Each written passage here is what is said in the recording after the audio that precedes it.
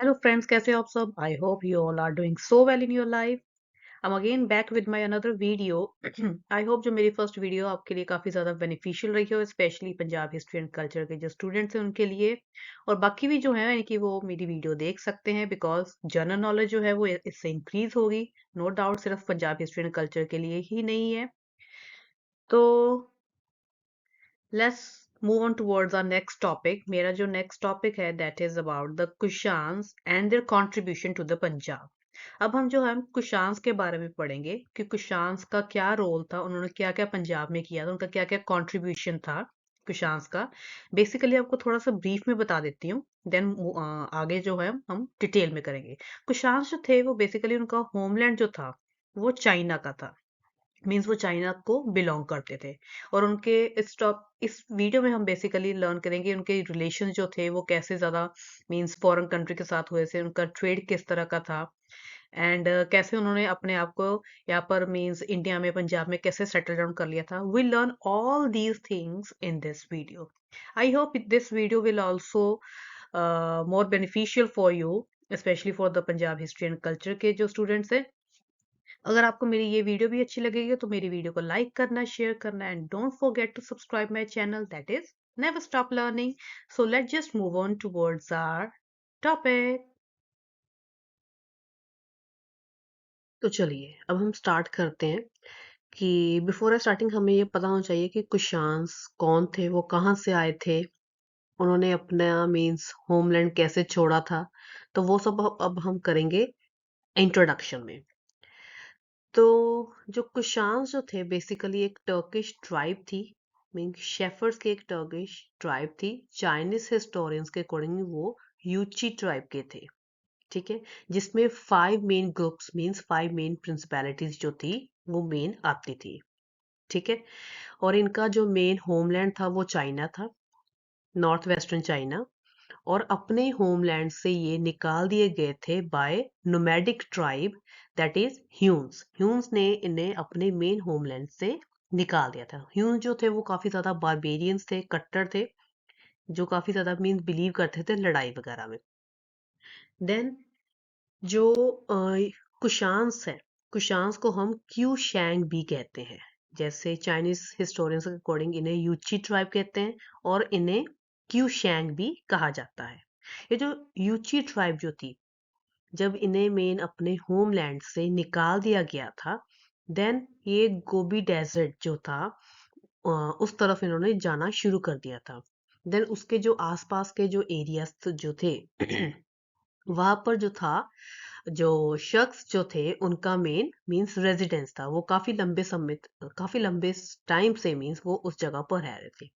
इनकी जो थी वो लड़ाई होनी उनके साथ स्टार्ट हो गई थी। देन वहां से ये मूव ऑन होते हुए मींस वैली ऑफ ऑक्सेस जो थी, वैली ऑफ जो थी ऑक्सेस मीन्स उस तरफ इन्होंने जाना शुरू कर दिया था। Then they move on towards the Bactria. Bactria जो है वो बेसिकली एक एंशियंट रीजन है, ठीक है, इन सेंट्रल एशिया। देन इसके अलावा वो पार्थिया गए, अफगानिस्तान में जैसे मॉडर्न जो है उज्बेकिस्तान, अफगानिस्तान, ये जो मेन एरियाज थे उनकी तरफ इन्होंने जाना स्टार्ट कर दिया था। मैंने आपको पहले ही बता दिया था, जो ये यूची जो ट्राइब है ये बेसिकली 5 मेन ग्रुप्स में डिवाइड थी। ठीक है, 5 मेन ग्रुप्स में ये डिवाइड हो चुकी थी। देन उनमें से एक स्ट्रॉन्ग ग्रुप निकल के आया था जो सिर्फ सरवाइव किया था, that is called the Kushans. और इन्होंने अपना एक मेन लार्ज किंगडम जो था वो एस्टेब्लिश कर लिया था।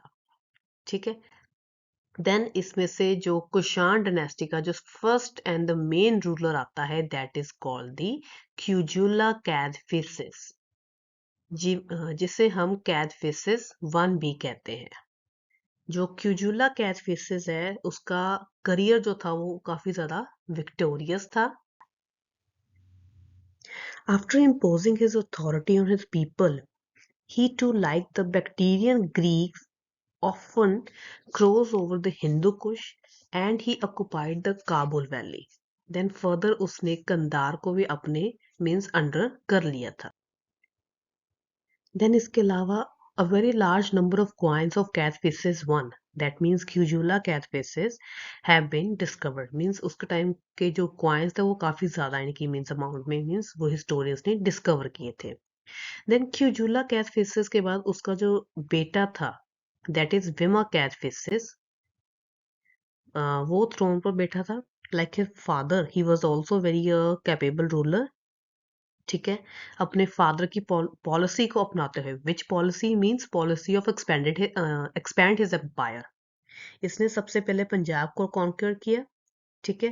देन इसके अलावा इसने काफी सारे क्वाइंस जो थे वो इशू किए थे। वो बेसिकली होते थे गोल्ड क्वाइंस और कॉपर क्वाइंस, ठीक है। इनका फाइनेंशियली सिस्टम जो था वो काफी ज्यादा स्ट्रॉन्ग था विमा कैद फेसिस के टाइम। देन इसके अलावा जब फाइनेंशियली यानी कि अगर एम्पायर स्ट्रॉन्ग होगा देन ऑब्वियसली जो ट्रेड एंड कॉमर्स होगा उसमें काफी ज्यादा डेवलपमेंट अच्छी होगी। देन इसके साथ क्या होता है, इसके रोमन एम्पायर के साथ इसके जो मीन्स रिलेशंस थे, ट्रेड रिलेशंस जो थे वो काफी ज्यादा अच्छे हो गए थे।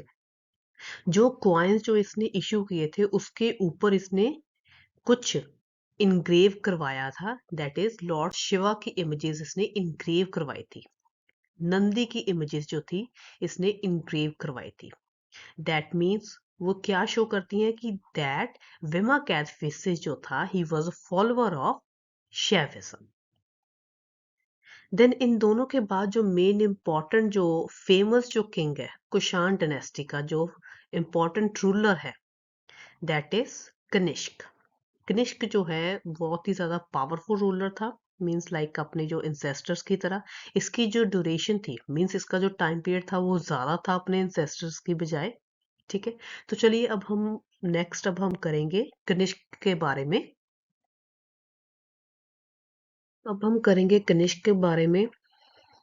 कनिष्क जो था कुषाण डायनेस्टी का बहुत ही ज्यादा powerful and the great ruler था, जिसने अपने एम्पायर को बहुत ही अच्छे तरीके से एक्सपैंड किया था, मोरोवर उसे काफी ज्यादा एक्सटेंड भी किया था।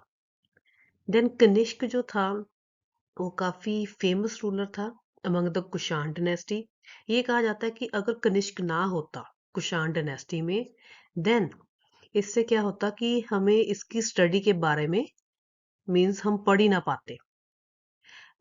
Without him, this dynasty might not be even seriously studied in the Indian history.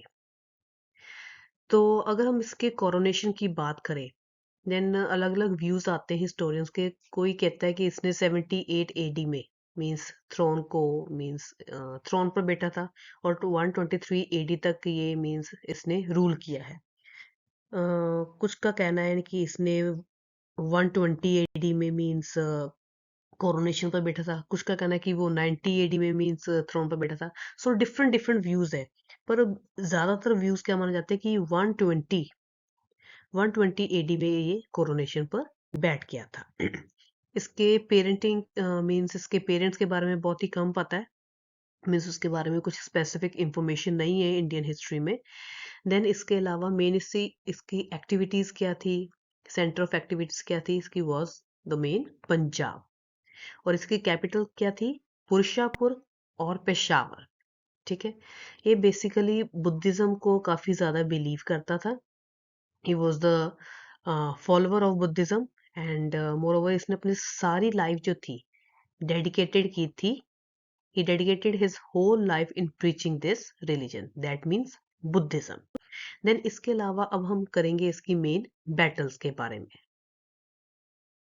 तो अब हम करेंगे बेसिकली कनिष्क की मेन बैटल्स के बारे में। उसने कौन कौन से मीन्स इन्वेजन्स किए थे, कौन कौन से कॉन्क्वेस्ट किए थे।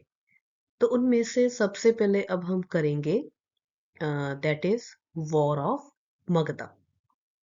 मगध की लड़ाई में बेसिकली क्या होता है कि चाइनीज सोर्सेज जो है, चाइनीज सोर्सेज ये इंडिकेट करते हैं कि कनिष्क ने अपना एक्सपीडिशंस जो थे मींस वो ईस्टर्न इंडिया की तरफ भेजे थे और उसने मगध को बहुत ही इजीली अपने अंडर कर लिया था।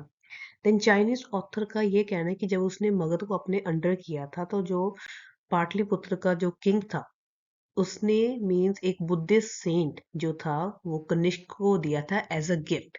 वो कौन था, दैट इज अश्वघोष। अश्वघोष एक मेन स्कॉलर है जो पाटलिपुत्र जो किंग था उसने कनिष्क को एज अ गिफ्ट के तौर पर दिया था। देन इसके अलावा अगर हमें पता चलता है कि जो चाइनीज सोर्सेस से हमें ये पता चलता है कि जब उसने मगधा के ऊपर अटैक किया था, मगध को अपने मींस इजीली ऑक्युपाई कर लिया था, इसके साथ साथ उसने बोध गया, मथुरा, बनारस को भी अपने एम्पायर में मींस इमर्ज कर लिया था, अपने एम्पायर में इंक्लूड कर लिया था। ये भी जो हमें बेसिकली अदर मेन जो सोर्सेस है उससे पता चलता है। देन नेक्स्ट जो बैटल है वो बेसिकली आती है war with Kashmir. Like Magadha, Kashmir को भी इसने बहुत ही इजीली मींस कॉन्कर किया था। यहाँ पर भी उसने एक्सपीडिशंस अपने भेजे थे, अपनी आर्मी भेजी थी, और बहुत ही इजीली उसने कश्मीर को अपने अंडर कर लिया था। मोरोवर बुद्धिस्ट सोर्सेज जो है वहां से भी हमें पता चलता है कि जो कश्मीर था that was also a Kanishka empire part. Then इसके अलावा कनिष्क ने सिटी ऑफ कनिष्कपुरा जो थी वो स्टैब्लिश की थी कश्मीर में, near modern Baramulla. And besides all these things इसने कश्मीर में जब बुद्धिस्ट के जो मीन्स कॉन्फ्लिक्ट चल रही थी, देन इसने यहाँ पर फोर्थ बुद्धिस्ट मेन काउंसिल जो थी वो ऑर्गेनाइज करवाई थी। देन नेक्स्ट जो इसकी मेन वॉर है that is against the satraps. It is also said that he also led an expedition against the western straps of Ujjain, ठीक है।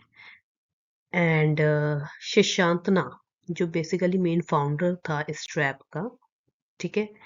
जब कनिष्क ने यहाँ पर अपनी आर्मी जो थी अपना एक्सपीडिशन भेजा था तो बहुत ही मीन्स इजिली उसने इस एरिया को अपने कब्जे में कर लिया था।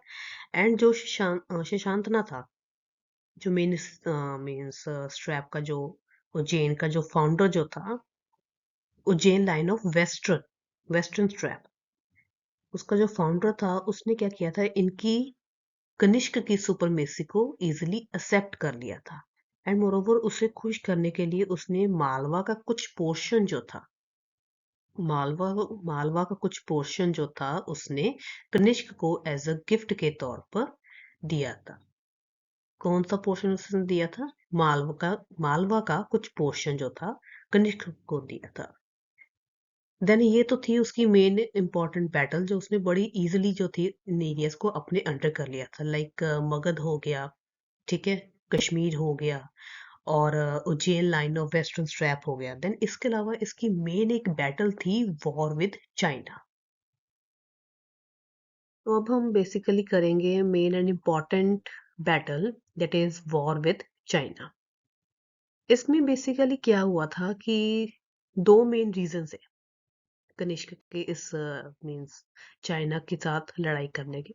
फर्स्ट मेन रीजन क्या था कि जो इसके प्रेडिसेसर्स थे, मेन जो था विमा कैथफिस से, जिसे हम कैथफिस सेकंड भी कहते हैं, they had suffer a severe defeat at the hands of Chinese. जब विमा कैथफिस की चाइनीज के साथ, चाइनीज रूलर्स के साथ लड़ाई हुई थी तो उससे they had suffered a lot, और उन्होंने ये तय किया था कि वो उसे एनुअल ट्रिब्यूट भेजा करेंगे। ये जो प्रोसीजर था वो काफी लंबे समय तक कनिष्क के टाइम तक भी चलता रहा, ठीक है।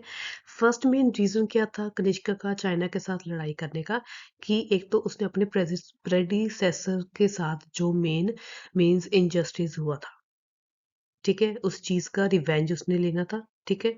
सेकंड ये था कि जो प्रथा चलती आ रही थी कि वो चाइनीज रूलर को एनुअल ट्रिब्यूट भेजेंगे। अब कनिष्क ने क्या किया था, उनके साथ लड़ाई करनी थी, तो इसी मीन्स वो कोई चीज जैसे जैसे अपॉर्चुनिटी में की खोज रहा था कि अब उसने क्या डिसाइड किया कि वो उन्हें एनुअल ट्रिब्यूट नहीं भेजेगा, जिससे क्या होगा कि उसकी लड़ाई होनी स्टार्ट हो जाएगी चाइना के साथ। ऐसा ही हुआ था, उसने एनुअल ट्रिब्यूट भेजना बिल्कुल बंद कर दिया था, जिससे क्या हुआ था कि चाइनीज रूलर जो थे वो काफी ज्यादा गुस्से में आ गए थे और उन्होंने कनिष्क के साथ वॉर करने का डिसाइड कर लिया था, ठीक है। जो चाइनीज रूलर जो था, सॉरी, जो चाइनीज जर्नल जो था जिसे हम पेन चाओ कहते थे, उसने अपनी आर्मी जो थी वो कुशान की तरफ भेजनी, मींस उसके एम्पायर की तरफ भेजनी जो थी वो स्टार्ट कर दी थी। चाइनीज जनरल जो था उसने अपनी जब आर्मी भेजी थी कुशान की एम्पायर की तरफ, क्योंकि वो उसे पनिश करना चाहता था, बिकॉज उसने जो था एनुअल ट्रिब्यूट जो था वो चाइना को नहीं भेजा था।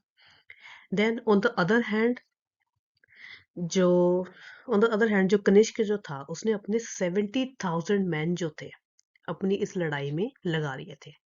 कितने आदमी उसने अपनी इस लड़ाई में लगाए थे? 70,000 मैन जो थे इस लड़ाई में उसने लगा लिए थे।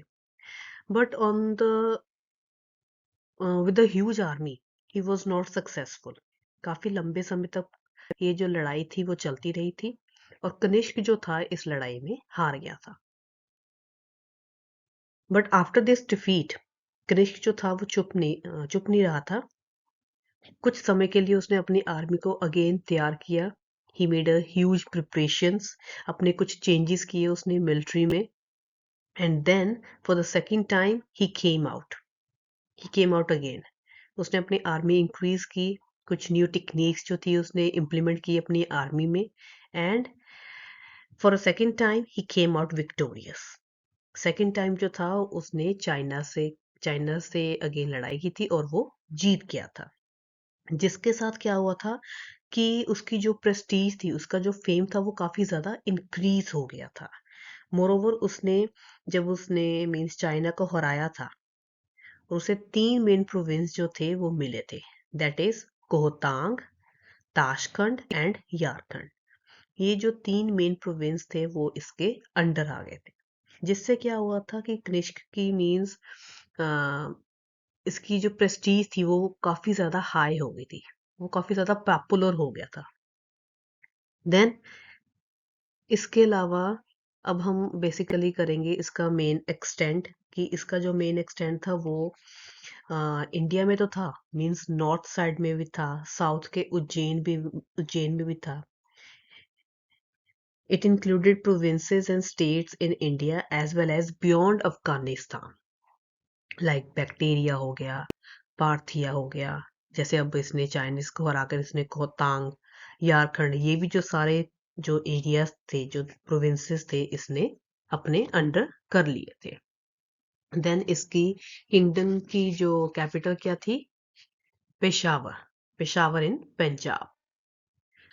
कनिष्क की जो डेथ थी बेसिकली वो 162 बीसी में हो गई थी। ठीक है।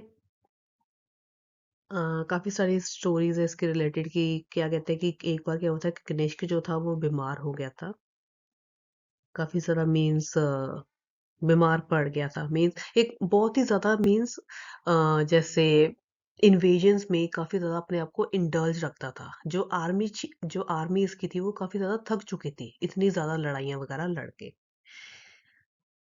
तो क्या हुआ था जब एक दिन जब ये बीमार पड़ा, his men covered him up with a quilt and one of them sat on the top of it and strangled him to death। इसी के एक किसी मींस आर्मी के एक आर्मी का एक जो मींस इंसान था, उसी ने क्या किया था, इसे मार दिया था, ये कहा जाता है, ये एक स्टोरी है। तो अब हम बेसिकली करेंगे कनिष्क का मेन क्या रोल था बुद्धिज्म के रिलेटेड। अब हम बेसिकली करेंगे कि कनिष्क का क्या मेन रोल था बुद्धिज्म के रिलेटेड। बुद्धिस्ट ट्रेडिशन के अकॉर्डिंग क्या था कि जो कनिष्क था, like Ashok, he was also very cruel ruler. वो काफी ज्यादा क्रूअल था और ब्लड थर्स्टी किंग था, क्योंकि वो अपने आप को ज्यादा मींस इंगेज करता था, मींस इंडल्ज रहता था इन बैटल्स में। ठीक है। बुद्धिज्म को अपनाने से पहले ही वॉज अ जोरोस्टेरियन। वो सूरज और फायर की पूजा करता था। He was he worship the sun and the fire. जब उसने सेंट्रल एशियनिस्टिक कंट्रीज के ऊपर अटैक किया, देन इतना ज्यादा ब्लड शेड देकर लाइक अशोक, उसने अपनी जो लड़ाई थी वो गिव अप कर दी थी एंड ही बिकेम बुद्धिस्ट। ठीक है। इतना सारा ब्लड लॉस देखकर, इतनी सारे सफरिंग्स देखकर, उसका जो फीलिंग्स थी, माइंड की जो फीलिंग्स थी, that was totally change. Then उसने क्या किया था, वो बुद्धिज्म जो था, उसने बुद्धिस्ट रिलीजन जो था वो उसने अडॉप्ट कर लिया था। मोरोवर मगध अश्वघोष जो था, जो उसे एज अ गिफ्ट के तौर पर मिला था, वो भी काफी ज्यादा इसे इंडल्ज रखता था, मीन्स ऐसी फीलिंग्स में जिससे इसका माइंड जो था वो कम्प्लीटली चेंज हो जाए, and he was also successful in that. Ashwaghosh won his heart so much that he became a follower of Buddhism. Besides this, he devoted the rest of his life to the propagation of Buddhism. तो सबसे पहले अब हम करेंगे इसकी, means इसने क्या services की हैं बुद्धिज्म में. उसमें सबसे पहले आती है that he holding the fourth journal council of Buddhism. Like I told you earlier, जब हमने कॉन्क्वेस्ट की थी तो उसमें वॉर विद कश्मीर थी. कश्मीर की लड़ाई इसने काफी इजीली जो थी वो जीत ली थी, एंड कनिष्कपुरा इसने एस्टेब्लिश किया था, और वहां पर ही इसने फोर्थ काउंसिल जो थी बुद्धिज्म की वो एस्टेब्लिश की थी. ये कहा जाता है कि इसमें बेसिकली 500 मॉन्क्स जो थे, मींस प्रेजेंट थे. मोरोवर काफी सारे बुद्धिस्ट स्कॉलर्स भी प्रेजेंट थे, जिसमें नागार्जुना, पारालेवा, अश्वघोष, वासुमित्रा, ये सारे जो स्कॉलर्स थे वो आए हुए थे. देन इसके अलावा इस मीटिंग का मेन पर्पस क्या था कि to settle down the disputes जो बुद्धिस्ट रिलीजन में चल रहा था. मीन्स कौन कौन से डिस्प्यूट जो चल रहे थे बुद्धिस्ट रिलीजन में, ये मेन पर्पस था इस मेन काउंसिल का.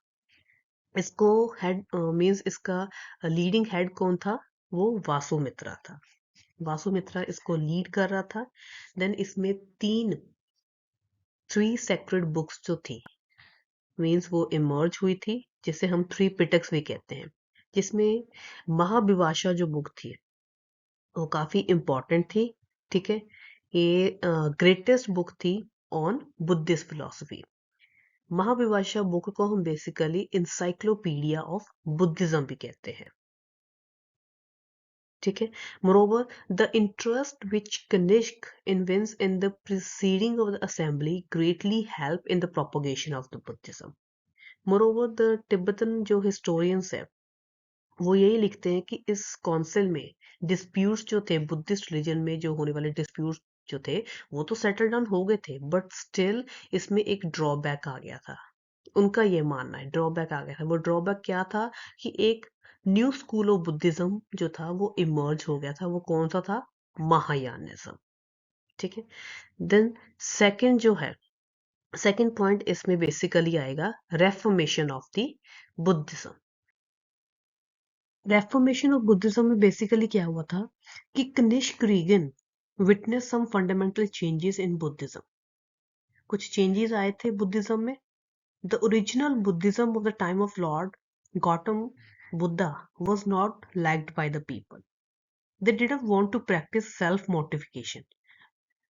मीन्स वो ज़्यादा हार्श रूल्स मीन्स वो एक्सेप्ट नहीं कर पा रहे थे जो लोग थे, because they want simple religion but a ritualistic religion हो.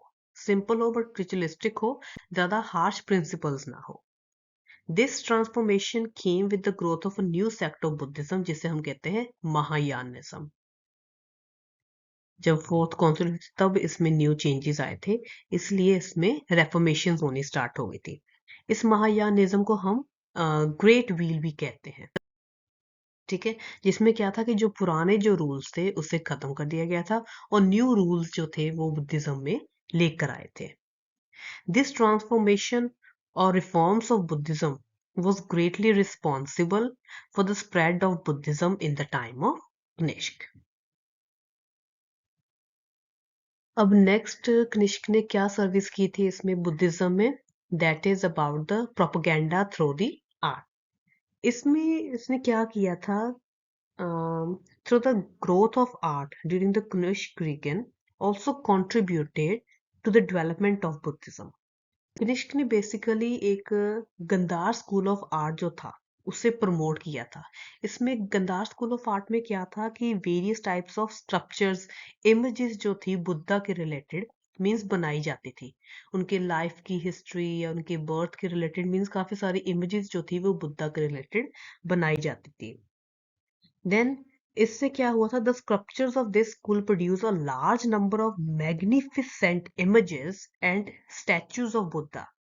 Which made Buddhism a popular faith. इससे क्या हुआ था कि जब इमेजेस वगैरह बननी स्टार्ट हो गई, उनके स्कल्पचर्स वगैरह बनने स्टार्ट हो गए, लोगों ने बुद्धिज्म में अपना फेथ जो था अगेंस्ट से मीन्स बिलीव करना जो था वो स्टार्ट कर दिया था। तो ये भी जो थी एक मेन सर्विस थी कनिष्क की, जो बुद्धिज्म को प्रमोट कर रहे थे। देन इसके बाद क्या हो रहा था, इसने काफी सारे फॉरेन जो मिशनरीज थे वो भी मींस डिफरेंट डिफरेंट कंट्रीज में भेजने स्टार्ट किए थे।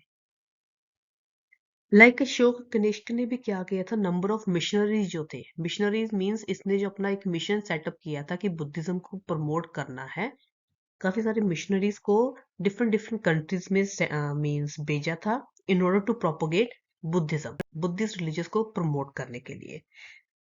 It was mainly through the efforts of these missionaries Buddhism जो था वो काफी कंट्रीज में मीन स्प्रेड हो चुका था, और काफी जो मिशनरीज जो थे वो फॉरेन कंट्रीज में गए थे, जिससे बुद्धिज्म स्प्रेड हुआ था, लाइक चाइना में, तिब्बत में एंड सेंट्रल एशिया में।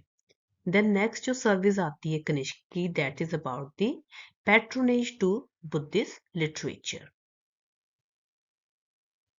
अब इसमें बेसिकली क्या था कि जो कनिष्क था, he was a great patron of Buddhist literature, ठीक है। moreover he was gathered around a galaxy of a great scholars। वो कौन से थे, लाइक अश्वघोष हो गया, नागार्जुना हो गया, वासुमित्रा हो गया, एंड प्रोबेबली जो चड़क चड़क जो था। इन्होंने क्या किया था, वेरियस वर्क्स जो थे वो बुद्धिज्म के ऊपर लिखे हुए थे, लाइक बुद्ध चरित्र हो गया, और वज्र सूची हो गया, माध्यमिक सूत्र हो गया। ये जो लोग जो थे, the people read these valuable works with great devotion and they were attracted towards Buddhism। इनके काम को मीन्स पढ़कर वो लोग इतने ज्यादा अट्रैक्ट हो गए थे बुद्धिज्म में कि उन्होंने बुद्धिस्ट रिलीजन को अडॉप्ट करना स्टार्ट कर दिया, जिससे क्या हुआ था, बुद्धिज्म की जो पॉपुलैरिटी थी वो और ज्यादा इंक्रीज होना स्टार्ट हो गई थी। नेक्स्ट इसका मेन वर्क आता है, that is the construction of Buddhist viharas. Kanishka जो था, like he was a great patron of literature. Similarly वो मीन्स आर्किटेक्चर को भी काफी ज्यादा प्रमोट करता था, he was also patron of architecture. Similarly he constructed many monasteries and viharas, basically means resting place जो मॉन्क्स के लिए बनाई जाती थी, बुद्धिस्ट मॉन्क्स के लिए, ठीक है। लाइक उसने पेशावर में बनवाए थे रेस्टिंग प्लेस मॉन्क्स के लिए, मथुरा में, तक्षशिला में, कश्मीर में स्पेशली, ठीक है। भिक्षुस जो थे वो एजुकेशन जो थे वो रिसीव करते थे इन्हीं विहार्स में, एंड मोरोवर जो कॉमन पीपल थे, they also came into their contact and they also got opportunity to understand the principles and the practices of this faith। इससे क्या हुआ था, तो बुद्धिज्म को काफी ज्यादा प्रोपोगेशन मिली थी, मीन्स वो काफी ज्यादा प्रोपोगेट हुआ था, and these viharas remain the centre of Buddhist learning for many centuries. काफी लंबे समय तक जो था ये जो मेन विहार्स थे, एक मेन सोर्स बन गया था किस चीज का, बुद्धिस्ट लर्निंग का। देन इसके अलावा अब हम बेसिकली मूव ऑन करेंगे उनकी मेन कनिष्क की लिटरेरी एक्टिविटीज के बारे में। Now will do literary activities under Kanishka, ठीक है। इसमें हम बात करेंगे कि कनिष्क जो था, like as you know that he was a great patron of literature, ठीक है। It is believe that much Sanskrit work जो था of high standard both religious और सेकुलर इस टाइम काफी ज्यादा प्रोड्यूस किए गए थे, ठीक है, under the atmosphere of royal patronage, ठीक है। एंड कुछ जो मेन स्कॉलर्स थे उसने काफी सारे उन्होंने लिटरेरी एक्टिविटीज जो थी वो की थी। वो कौन कौन से स्कॉलर्स थे, उसमें सबसे पहले जो है वो नेम आता है अश्वघोष का, ठीक है। देन इसके अलावा आता है नागार्जुना, देन इसके अलावा आता है Vasumitra, and the last one is called the Charak. अब इसमें हम थोड़ा सा ब्रीफ ब्रीफ इनका करेंगे। तो सबसे पहले अब हम करेंगे अश्वघोष। सबसे पहले अब हम करेंगे अश्वघोष। अश्वघोष जो था the greatest of the literary figures of Kanishka court, जो कौन था, that is अश्वघोष। His work in richness and variety recall और इन्हें कंपेयर किया जाता है as Milton, Kant and Voltaire. अश्वघोष जो है he was a poet, philosopher, playwright, and musician. And he was the author of a great work as Buddha Charitra and Sutra Alankar. अश्वघोष जो था उसने बेसिकली मेन लिखा था बुद्ध चरित्र, और कुछ जो मेन राइटर्स है उससे मीन्स ये कहते हैं कि इसने ही was also the author of सूत्र अलंकार।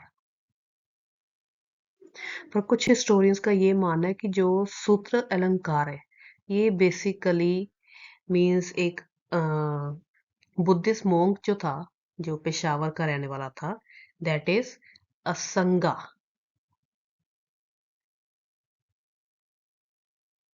असंगा असंगा ने लिखा है, पर कुछ कह रहा है कि ये इसका जो सूत्र अलंकार का जो मेन वर्क है वो अश्वघोष ने लिखा था। तो बुद्ध चरित्र में बेसिकली बात की गई है लाइफ स्टोरी ऑफ बुद्धा की, जो एक पोएट्री की फॉर्म में, संस्कृत पोएट्री की फॉर्म में है। ठीक है, और ये काफी ज्यादा इम्पोर्टेंट और वैल्यूएबल वर्क माना जाता है बुद्धिज्म का। और सूत्र अलंकार जो है वो एक मेन मीन्स बुद्धिस्ट फिलोसफी के ऊपर मेन एक वर्क किया गया। नेक्स्ट जो हम मेन स्कॉलर करेंगे that is about Nagarjuna. Nagarjuna जो है वो कनिष्क के कोर्ट के काफी फेमस स्कॉलर रहे हैं। Moreover he was also the founder of Mahayana faith. And इसके अलावा उनके मेन वर्क्स जो है that is Suryalekha and Mahayana sect. इनके जो मेन वर्क्स है वो बुद्धिज्म के रिलेटेड है, मीन्स बुद्धिज्म के साथ कनेक्टेड है। एंड ह्यून सेंग जो था, जो चाइनीज ट्रेवलर था, उसने मीन्स नागार्जुना के बारे में क्या कहा है that he is basically the one of the four lights off the world. Means उनकी ग्रेटनेस के बारे में उसने कहा है कि बहुत ही अच्छे स्कॉलर रहे हैं वो। देन इसके अलावा इंडियन फिलोसफर है, काफी अच्छे इंडियन फिलोसफर है। इनका जो ज्यादा काम था वो बेसिकली महायान बुद्धिज्म को पॉपुलराइज करना था। नागार्जुना की जो बैकग्राउंड है that can not be said with certainty, but ये माना जाता है that he originally belong to southern India. Centuries after his death इसकी इनकी जो बायोग्राफीज जो थी that were written in Chinese and Tibetan. Moreover Nagarjuna को बेसिकली कंसिडर किया जाता है as a second lord Buddha. ठीक है, and present day Andhra Pradesh is believe to be his birth place. ठीक है, एंड ये जो मेन स्कॉलर है दैट वाज बेसिकली ये ब्राह्मण थे by birth, but later on इन्होंने बुद्धिज्म को अडॉप्ट कर लिया था and he became a monk and then he became a scholar. और he spent the last years of his life at his birthplace Andhra Pradesh and he started continue preaching there। अपने last year से अपने home town आ गए थे last year of life, और वहां पर इन्होंने बुद्धिज्म को काफी ज्यादा पॉपुलर किया था। मोरोवर ये नालंदा यूनिवर्सिटी के हेड भी रह चुके हैं, काफी सारी इन्होंने राइटिंग्स लिखी हुई है, ग्रेट बुद्धिस्ट फिलोसोफर है। ठीक है, एंड इसके अलावा he also taught the concept of relativity। He explained that shortness is only possible because of long length relative to it। तो बेसिकली जो नागार्जुना जो थे, इनका जो बर्थ प्लेस जो था वो तो आंध्र प्रदेश का था, बट जब ये मूव ऑन हो गए इनको काफी क्यूरियोसिटी थी बुद्धिज्म को जानने के लिए। ठीक है, देन ये नालंदा यूनिवर्सिटी के वहां जाकर इतने ज्यादा उस चीज से इम्प्रेस हो गए कि इन्होंने बुद्धिज्म को ही अडॉप्ट कर लिया था। तो वहां से जो इनकी जो प्रोग्रेस थी वो होना शुरू हो गई थी, और इन्होंने अपना जो काफी सारे जो वर्क्स लिखे हैं वो बुद्धिज्म के ऊपर ही लिखे थे। Now, the another famous scholar in Kanishk court, that is about Vasumitra. Vasumitra जो है basically one of the greatest scholar of Buddhism. He was a great personality of the court of Kanishk ruler. Vasumitra जो थे, he was also the chairman, आप कह सकते हो main head थे, जो फोर्थ बुद्धिस्ट काउंसिल जो कनिष्क ने ऑर्गेनाइज कराई थी इन कश्मीर में, उसके मेन हेड थे. एंड उनका मेन वर्क क्या है इज द महाविभाषा शस्त्र, which was a commentary on the Tripitaks of Buddhist. Mahavibhasha Shastra, it throws light on the numerous aspect of Buddhism. And moreover इसे जो है हम इंसाइक्लोपीडिया ऑफ बुद्धिज्म भी कहते हैं. He was a contemporary of the अश्वघोष, Charak and Nagarjuna like great personality. तो this is the basically about the main brief about the Vasumitra. Next जो इम्पोर्टेंट पर्सनैलिटी आती है in Kanishka court, that is Charak. Charak जो थे वो बहुत ही रिप्यूटेड पर्सनैलिटी थे कनिष्क के टाइम. ये बेसिकली स्कॉलर नहीं थे, ये एक फिजिशियन थे जो मेडिसिन के रिलेटेड काफी ज्यादा काम करते थे. इन्हें जड़ी बूटियों की काफी ज्यादा नॉलेज होती थी. ठीक है.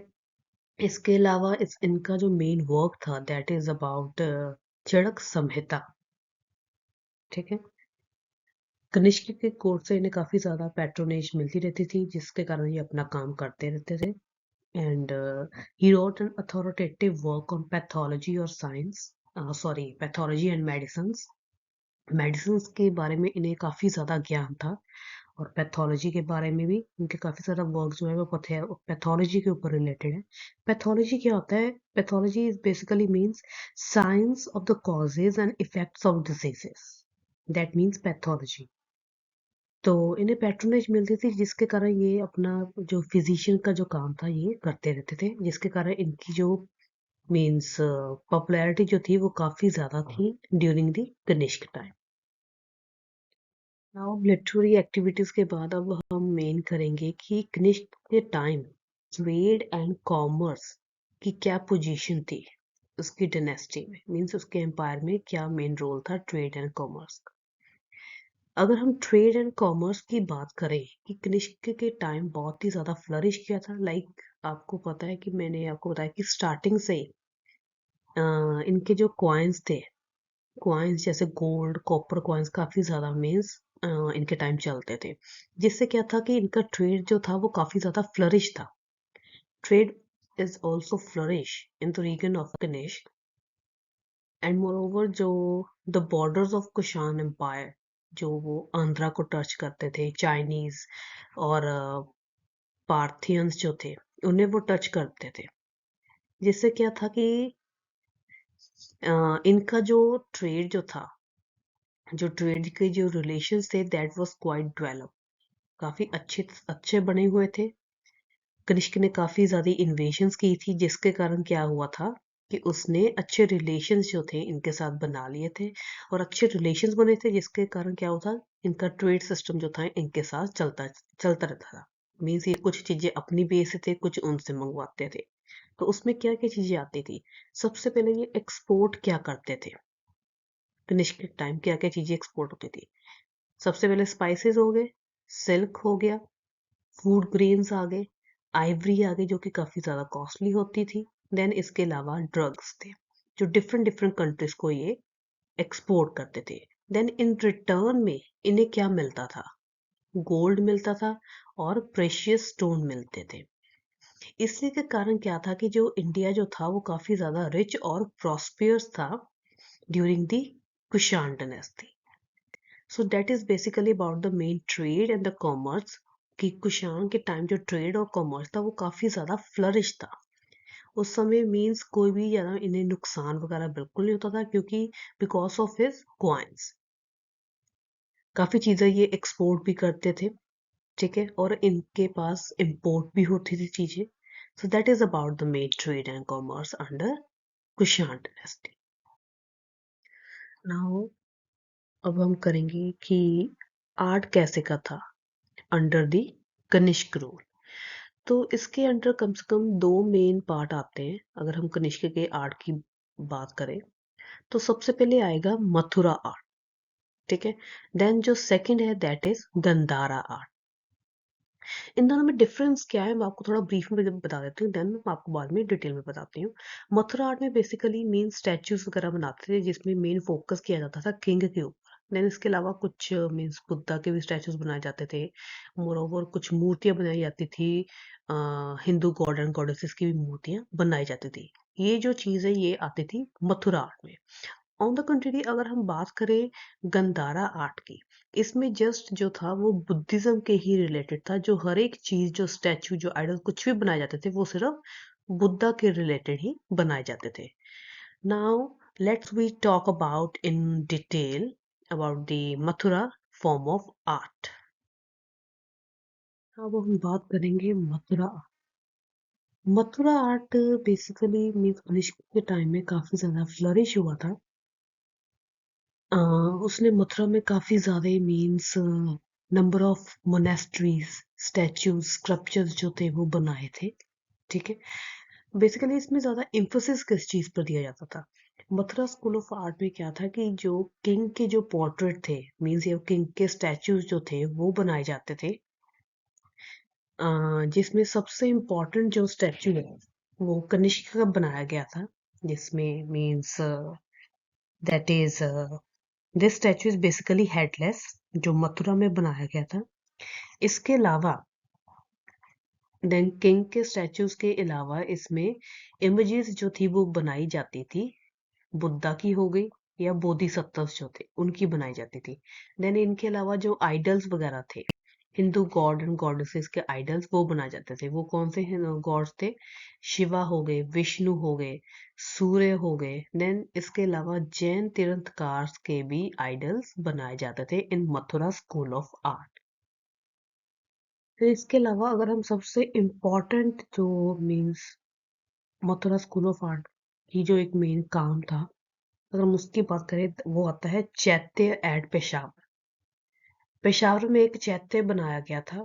चैत्य बेसिकली मीन्स स्तूपा को कहते हैं, स्तूप को कहते हैं। पेशावर जो था being the seat of his government, किसकी? कनिष्क की। So there he built many buildings here, ठीक है। सबसे इम्पोर्टेंट मॉन्यूमेंट जो था जो पेशावर में था that is the relic tower of ब्रोजोन, जिसे हम शाह जी की डेरी कहते थे, ठीक है। ये बेसिकली मीन्स एक मोनेस्ट्री थी, एक स्तूप ही था जो 400 फीट लंबा था, वुडन चैत्य था एंड विच हैज 13 स्टोरीज। ये सबसे इम्पोर्टेंट क्या मोनेस्ट्री थी जो कि पेशावर में पाई जाती थी। ये आती थी मथुरा स्कूल ऑफ आर्ट के अंडर। मथुरा के बाद अब हम करेंगे Gandhara. Gandhara school of art जो था बेसिकली मीन्स क्वाइट फेमस था ड्यूरिंग द कनिष्क रूल, ठीक है।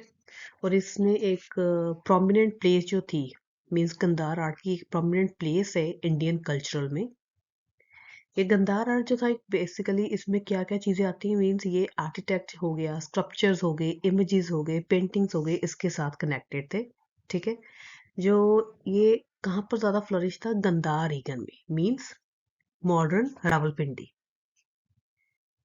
ये ज्यादा एस्टेब्लिश हुआ था in the Gandhara region from the first century to the fifth century AD. Kushan के टाइम पर ये था। इसमें ज्यादा मीन्स किस चीज का ज्यादा रोल होता था कि बुद्धिस्ट जो मोनेस्ट्रीज थी वो बनाई जाती थी इसमें, ठीक है। देन स्तूप वगैरह बनाए जाते थे, देन स्टैचूज जो थे वो बनाए जाते थे। देन इसके अलावा इसे हम इंडो ग्रीक आर्ट भी कहते हैं। इंडो ग्रीक आर्ट हम इसे क्यों कहते हैं? क्योंकि इसमें फ्यूजन था इंडिया का और ग्रीक, दो चीजें मिलकर इस आर्ट को बनाती थी इंडो ग्रीक आर्ट। वो कैसे थी? I tell you. Indo Greek art इसे इसलिए कहते थे क्योंकि इसमें ग्रीक की टेक्निक यूज की जाती थी स्टैचू बनाने के लिए, और इंडिया के थॉट डाले जाते थे। दैट मीन्स इसमें जो इंडिया के थॉट थे, मीन्स जैसे कोई भी स्टैचू बनाने का ढांचा क्या होता था, वो ग्रीक का होता था। मीन्स किस तरह की, किस शेप में, क्या शेप में, कैसे बनाना है, वो ग्रीक स्टाइल का होता था। जैसे आप इस पिक्चर में देख सकते हैं कि जो मीन्स इसका ढांचा बनाया गया है, बुद्धा का फेस का जो ढांचा बनाया गया है, that is Greek style. But इसमें इंडियन टच क्या डाला गया है कि हमें किसका स्टैचू बनाना है, बुद्धा का। दैट मीन्स इंडियन थॉट डाला गया है, वो किस चीज का बनाना है हमने, मीन्स इसमें इंडियन रिलीजन डाल दिया गया है, वो किसका बनाना है, बुद्धा का बनाना है। या बोधिसत्व जो होते हैं, बोधिसत्व कौन होते हैं, मीन्स जिन्हें एनलाइटनमेंट की प्राप्ति हो जाती है, जिन्हें निर्वाण की प्राप्ति हो जाती है। ठीक है, तो इसे हम इंडो ग्रीक कहते हैं। So it is specially Indian in spirit. इस आर्ट को हम sometimes Buddhist art of Gandhara भी कह देते हैं, क्योंकि इसमें ज्यादातर जो इमेजेस जो होती हैं वो बनाई जाती हैं बुद्धा की और बोधिसत्व की। So it is called Indo-Greek art because of the technique and because of the thought.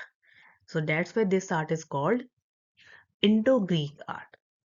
So this is about the Gandhar art. Further हम करेंगे features कि इसमें मेन क्या क्या मेन features है गंधार आर्ट। नेक्स्ट हम करेंगे silent features of Gandhara school of art. अब आपको पता तो चल ही गया है कि Gandhara school of art basically क्या होता है, जिसमें इंडो ग्रीक स्टाइल है। ठीक है, इसका फर्स्ट फीचर क्या है, Gandhara school of art is a distinctive style of art.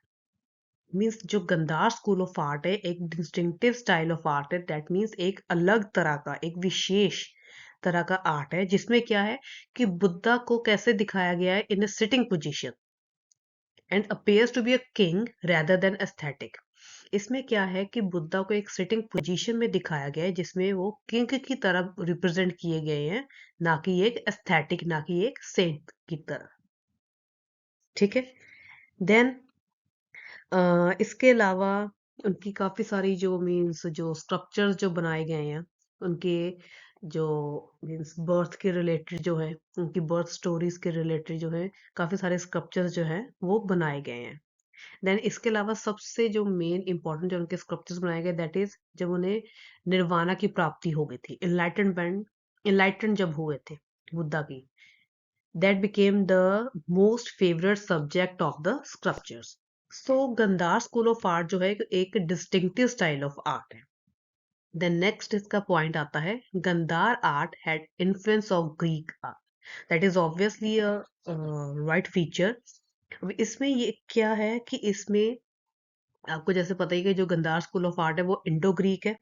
ठीक है, इसको इंडो ग्रीक हो गया या ग्रीसो बुद्धिस्ट हो गया, मींस ये सारी नेम से भी इसे बुलाया जाता है। क्यों, क्योंकि इसमें जो है ग्रीक टच भी दिया गया है।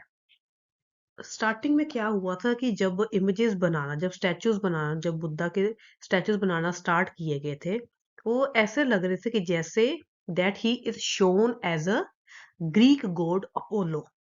क्योंकि उनकी तरह उनके मीन्स हेयर, अगर हम उनके हेयर्स की बात करें, मीन्स उस तरह से दिखाए गए से जैसे ग्रीक के गॉड अपोलो दिखाए गए हैं। Moreover, and the images found of Kushan Kings had also Greek influence. जो मीन्स कुशान किंग्स के अगर जो स्टैचूज वगैरह बनाए गए, वो भी किस तरह के बनाए गए, ग्रीक स्टाइल में बनाए गए। देन नेक्स्ट पॉइंट आता है, the Gandhara artist had the hands of a Greek but the heart of an Indian. इसमें सेम वही बात हो गई है कि इसमें जो उन्होंने थीम लिया है, जो थीम और जो सब्जेक्ट है वो डिफरेंट डिफरेंट है। मीन्स इसमें फ्यूजन किया गया है। Like the theme and the subject matter was Indian. Theme क्या हो गया, बुद्धा एंड द बुद्धिज्म। ठीक है, बट द टेक्निक जो वो यूज कर रहे हैं, but the technique employed in making the images was Greek. No doubt the Gandhara school of art जो था वो ओरिजिनेटेड हुआ था in Bactria Parthia under the Greek rulers. Though in this art the techniques of making statues and images was clearly Greek, yet the idea, जो इसका idea है, inspiration है, जो पर्सनैलिटीज है, वर ऑल इंडियंस। तो इसलिए हम ये कह सकते हैं कि जो गंदार आर्टिस्ट है, they had the hand of a Greek but heart of an Indian. Means इसमें इंडो ग्रीक स्टाइल का पूरा पूरा टच है। देन नेक्स्ट पॉइंट इसमें आता है, the main theme of the Gandhara sculpture was a new form of Buddhism. अब इसमें मेन थीम क्या था गंदार स्कूल, लाइक इतने टाइम से अब हम कर रहे हैं, आपको इतना तो क्लैरिटी हो जाएगी कि जो मेन इसका थीम है that is basically on Buddha और बोधिसत्वस। बोधिसत्वस लाइक मैंने आपको पहले भी बताया क्या होता है, जो इनलाइटनमेंट होते हैं, मीन्स जिन्हें निर्वाण की प्राप्ति हो जाती है। The main theme of the Gandhar sculpture was a new form of Buddhism. इसमें क्या है कि fine images of Buddha and Bodhisattvas और various scenes were illustrated regarding the Buddha's present and past lives were remarkably executed in a kind of a black stone. ठीक है। Then इसके अलावा the important scenes उनके लिए जाते हैं, उनकी from birth to the death of Buddha have been presented in a beautiful manner by the expert sculptors. Then इसके अलावा the statue of bodhisattvas were also carved out. John Marshall जो है उसका क्या कहना है कि एक फिगर बनाई गई दैट इज जो कि 16 फीट हाई है, wearing a dhoti, shawl and bracelet, with the left hand resting on the hip और right hand कहाँ पर है, one raised in front of the chest, is the earliest image of bodhisattvas. तो ये है इसके main features. Then further इसका next feature हम करेंगे। नेक्स्ट जो फीचर है गंधार आर्ट का that is the Gandhara art represented human body in a realistic manner. Means बारीकी से काम किया गया है, जो भी स्टैच्यू या जो भी आइडल या जो भी इमेजेस बनाई गई हैं बुद्धा की, उसमें मीन्स उनको इस तरह से दिखाया गया कि जैसे कि वो देखने में एकदम ऐसा लगता है जैसे कि वो रियल में है चीज, which means कि no effort had been spared to present distinguished muscles of the body, showing every part of the structure of the body in its minutest detail. अगर हम उनके साइज और स्ट्रक्चर को एक तरफ रखें, apart from the size and structure, तो जो बॉडी पार्ट्स है जैसे कि veins, muscles, bones, ribs, all these things जो हैं, they were shown clearly in the idols of Gandhar art. Means बारीकी से काम किया गया है, छोटी से छोटी चीज को भी उन्होंने रियलिस्टिक मैनर में बना दिया है।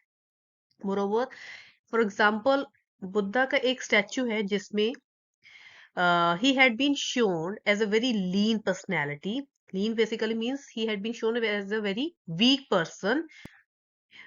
वीक उन्हें शो किया गया है लॉर्ड बुद्धा को because of his intense penance. कठोर उन्होंने जो तप किए हैं उसके कारण। मोरोवर उनकी जो स्टमक है, the stomach is totally pushed inside. क्यों हुई है? Because of hunger. और जो रिब्स हैं एंड वेन्स है, they have been shown very clearly. क्यों हुए हैं? On account of the dryness of the flesh on the body, but on his face there is a sign of seriousness. जिससे क्या पता चलता है, जो हमें क्या बताते हैं, which speaks of his firm faith even under such situation, such condition. तो ये जो स्टैचू है लॉर्ड बुद्धा का, ये बहुत ही means best piece of art है। किसका? गंधार आर्ट। देन इसके अलावा जो है एक सीन क्रिएट किया गया है, death scene of Lord Buddha. ये भी बहुत ही इंपॉर्टेंट एंड नोटेबल स्पेसिमेन है इस गंधार आर्ट का, जिसमें क्या है कि उनका जो डिसाइपल है Ananda, he is sitting next to his dead body and उसने क्या किया है, he has covered his face with his hands in grief. Means उनके इमोशंस को इस तरह बनाया गया है कि जैसे मीन्स इस तरह लगता है कि वो रियल में हमारे सामने है। So Gandhara art represented human body in a very realistic manner. Then next point आता है कि द आइडल्स, जो भी मीन्स आइडल्स वगैरह बनाए गए, जो स्टैचूज वगैरह बनाए गए हैं, they are shown with the clothes and ornaments. And sometimes जो कर्ली हेयर्स जो है लॉर्ड बुद्धा के ऊपर जो है वो भी दिखाए गए। देन नेक्स्ट जो हमारा मेन फीचर आता है about Gandhara art, that it is a rich curing, which means an outstanding feature of this art is a rich curing, elaborate ornamentation and complex symbolism. uh, which means कि इसमें क्या था कि जो गंधार आर्टिस्ट जो थे, मीन्स जो भी टेक्निक यूज करते थे इसमें बनाने की वो काफी मीन्स हाई क्वालिटी की होती थी। लाइक इसमें स्टूको सीमेंट जो था वो यूज किया जाता था, मोरोवर क्ले यूज की जाती थी, देन टेराकोटा जो था वो यूज किया जाता, वो मीन्स यूज किया जाता था in making of the images. And more importance was given to the refinement and the polish जो उसकी होती थी, उसकी तरफ जो था ज्यादा ध्यान दिया जाता था। And beside this, it is believed that one of the earliest image of the Buddha in this art is carved on a coin of Kanishk. Kanishka के टाइम जो कनिष्क के टाइम जो कॉइन्स था उस पर मीन्स लॉर्ड बुद्धा की इमेज भी बनाई गई थी। मीन्स वो इतने अच्छे तरीके से बनाई गई थी, मीन्स इतनी उसमें ज्यादा रिफाइनमेंट थी कि जिससे हमें ये पता चलता है कि गंधार आर्ट जो था उसमें मीन्स हर एक चीज को बहुत ही बारीकी से बनाया जाता था और उसकी रिच केयरिंग की जाती थी। जिसमें क्या था कि on the one side of coin Buddha is shown standing, ठीक है, बुद्धा को एक स्टैंडिंग पोजीशन में शोन मीन दिखाया गया है। And on the other side क्या था, स्टैंडिंग फिगर थी किसकी, कनिष्क की, जिसने वेयरिंग अ लॉन्ग कोट। सो इससे हमें ये पता चलता है कि जो गंधार आर्ट था means it basically deals with the rich caring. Then next जो हमारा point है that is about the Greco-Roman architectural impact modified the stupa structure of the Gandhar. अब इसमें बेसिकली क्या हुआ था कि जो ग्रीक रोमन आर्किटेक्चर का इम्पैक्ट क्या पड़ा था, अब गंधार आर्ट पर तो पड़ा था। देन इसके अलावा जो गंधार आर्ट में जो स्तूप वगैरह बनाए जाते थे, ठीक है, उसके ऊपर भी इम्पैक्ट पड़ा था। मींस उसमें भी मॉडिफिकेशंस आनी स्टार्ट हो गई थी। वो कौन कौन सी मॉडिफिकेशंस आई थी, जैसे मींस जो स्टोरीज बनाते थे, देन उसकी हाइट इंक्रीज कर दी थी, ठीक है, उसमें प्लास्टिक ऑर्नामेंटेशन जो थे वो यूज करने शुरू कर दिए थे, मोल्डिंग करनी स्टार्ट कर दी थी, देन उसमें कलर्स वगैरह करने स्टार्ट कर दिए थे, मींस उसे कलरफुल करना स्टार्ट कर दिया था। जिससे क्या हुआ था, then, moreover, the Buddhist images were installed and उन्हें पेंट करना स्टार्ट कर दिया था। All this provide the effective and colorful appearance, जिससे क्या होता था, एक कलरफुल appearance जो थी अब इस ट्यूब स्ट्रक्चर में आनी स्टार्ट हो गई थी। So these are basically the main features of the Gandhar school of art.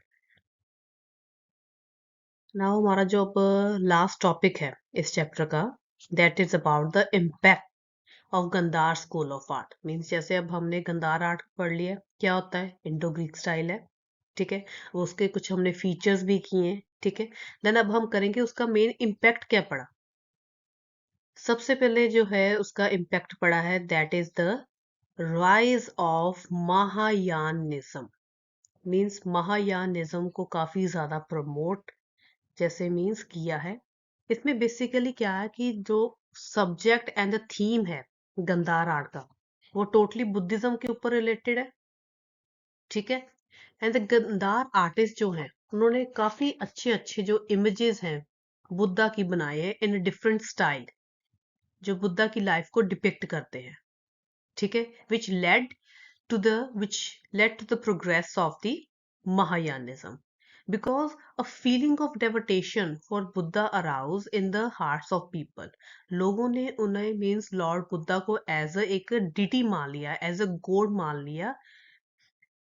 मान लिया, जिससे अब वो उनकी पूजा करने लग पड़े, which means it leads to the progress of Mahayanism.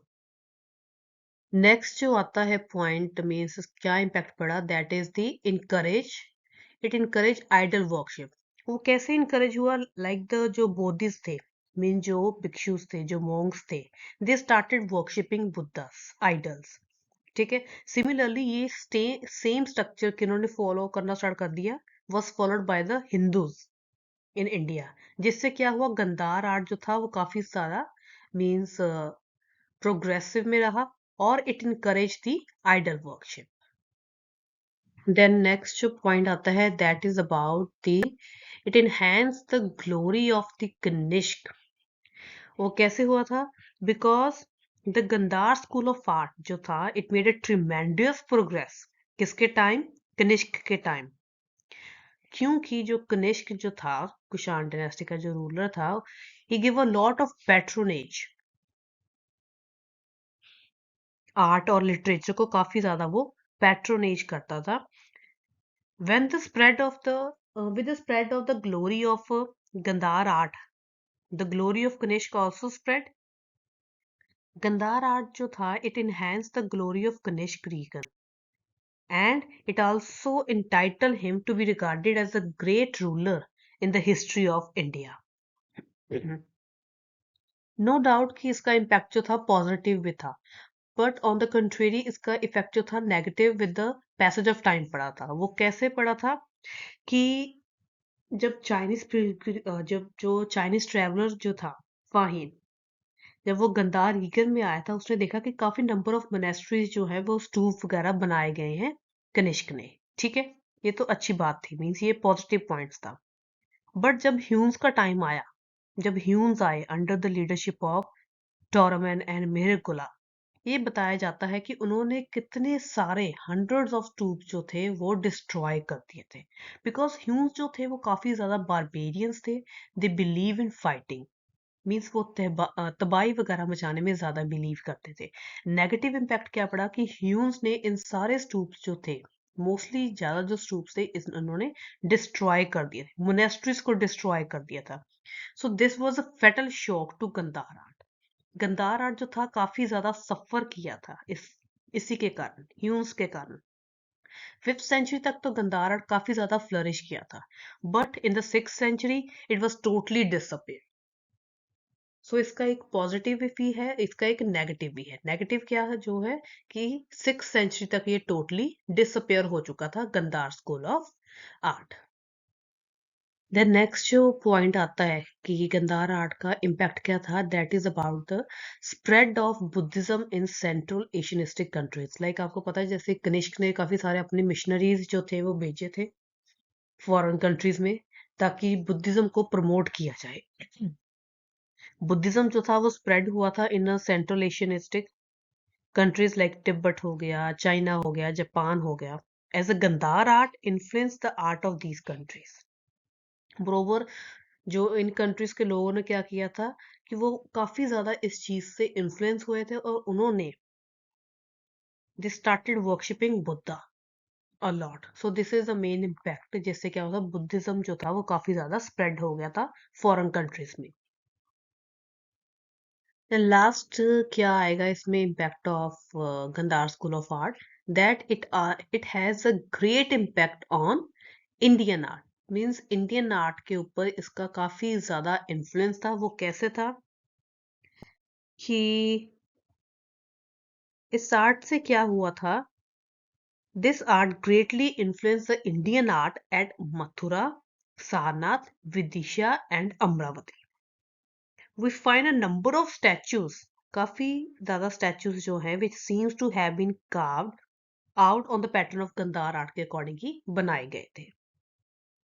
Then इसके अलावा इसका इम्पैक्ट कैसे पड़ा था कि जैसे आपको पता है कि 1st सेंचुरी से लेकर मीन्स 5th सेंचुरी तक ये जो गंधार आर्ट था ये क्वाइट फ्लरिश था। लाइक मैं आपको बता चुकी हूँ, जैसे मीन्स 3 to 4 सेंचुरी तक जो गंधार आर्ट था वो चलता रहा था। बट जब ह्यूम्स आए थे, ह्यूम्स ने क्या किया था, इस आर्ट को टोटली वैनिश कर दिया था। फिफ्थ 5th सेंचुरी तक ये आर्ट चला था, ठीक है। देन 6th सेंचुरी में ये आर्ट बिल्कुल ही डिसअपियर हो गया था, just because of the Hume's attacks. So this is basically the main impact of the Gandhar School of Art. So this is the end of my video, and thank you for watching, and I hope आपको जो मेरी video है वो काफ़ी अच्छी लगी हो, and जो पीएचसी के जो स्टूडेंट्स हैं उनके लिए काफ़ी ज़्यादा बेनिफिशियल रही हो। अगर आपको मेरी वीडियो अच्छी लगी हो तो मेरी वीडियो को लाइक करना, शेयर करना, and don't forget to subscribe my channel which is never stop learning. हैं, अगर आपकी कोई भी क्वेरीज वगैरह है, अगर आप कुछ भी मुझसे मुझसे जो कुछ भी क्वेश्चन वगैरह पूछना चाहते हैं तो आप मुझसे पूछ सकते हैं, कमेंट बॉक्स में लिख देना। देन मैं ज़रूर उस चीज़ का रिप्लाई करूंगी।